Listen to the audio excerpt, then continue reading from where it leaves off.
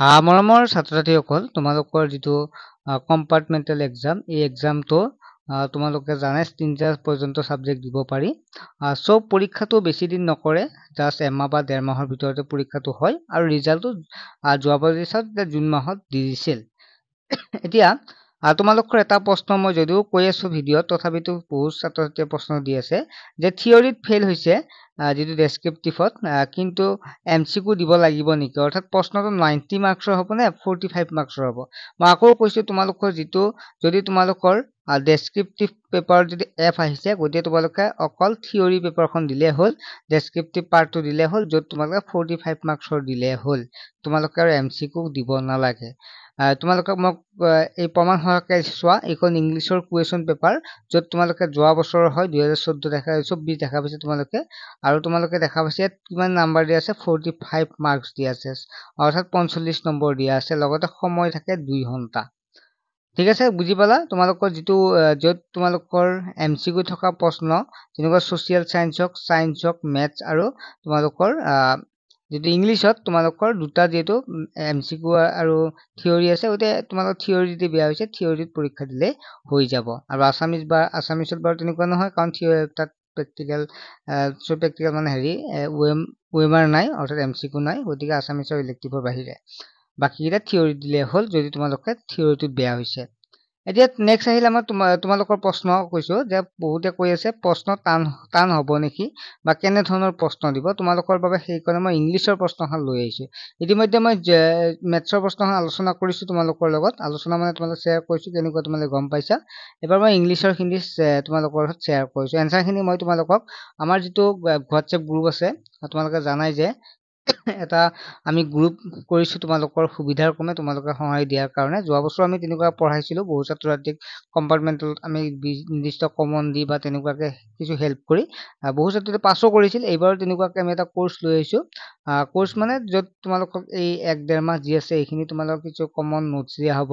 বা পঢ়াৰ পেটাৰ্ণ বিলাক বুজাই দিয়া হ'ব আৰু ইয়াৰ পৰা প্ৰি ৰেকৰ্ডেড ক্লাছ বা কেতিয়াবা লাইভ ক্লাছৰ জৰিয়তে তোমালোকক মানে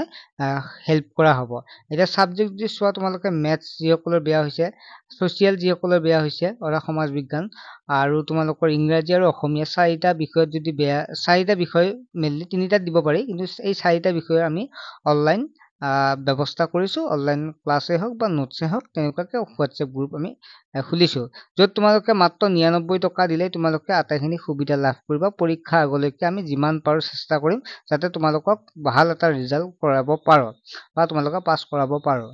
গতিকে তোমালোকে হোৱাটছএপ নম্বৰটো এসএমএস কৰিবা কৰাতে তাত মই কিউআৰ কোড এটা দি দিম য'ত তোমালোকে পেমেন্টটো কৰিলে তোমালোকে হোৱাটছএপ গ্ৰুপত জয়েন হৈ যাব পাৰিবা গতিকে আমি তোমালোক যিসকলে ইচ্ছুক তোমালোকে ল'ব পাৰিবা যাৰ যিসকলৰ মানে ভাবিছা মই নিজে পঢ়িম তেতিয়া বেলেগ কথা গতিকে যিসকলে ইচ্ছুক তোমালোকে পঢ়িব পাৰিবা আৰু লগতে চেনেলটো সাবস্ক্ৰাইব কৰি ৰাখিবা আমি ইউটিউবতো তেনেকুৱা আপডেটবিলাক দি থাকিম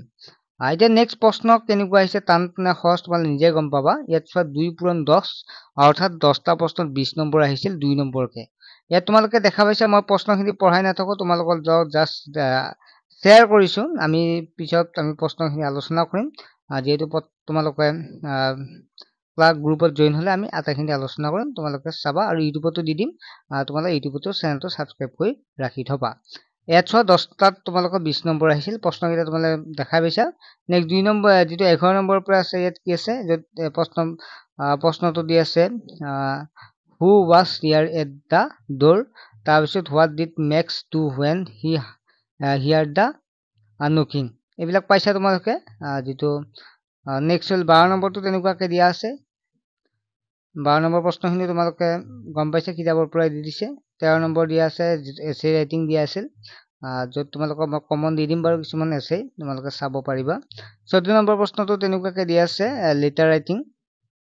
নাইবা ৰিপৰ্ট ৰাইটিং লিখা তাৰপিছত নেক্সট 15 নম্বৰ ট্ৰান্সলেচন জানাই তোমালোকে ইংলিছৰ পৰা অসমীয়ালৈকে অনুবাদ কৰিব লাগিব তাৰপিছত আহিল আমাৰ যেটো write the substance for the following pages ঠিক আছে নেক্সট হ'ল গ্ৰামাৰৰ অপচনটোত গ্ৰামাৰখিনি কি আহিব গ্ৰামাৰ টেন্সৰ পৰা প্ৰশ্ন আহিছিল যোৱা বছৰ তেনেকুৱা এবাৰ টেন্সৰ পৰা আহিব যেটো কাৰেক্ট টেন্স তাৰপিছত নেক্সট হ'ল চেঞ্জ দা নেৰেশ্যন এইবিলাক আমি আলোচনা কৰিম ৰি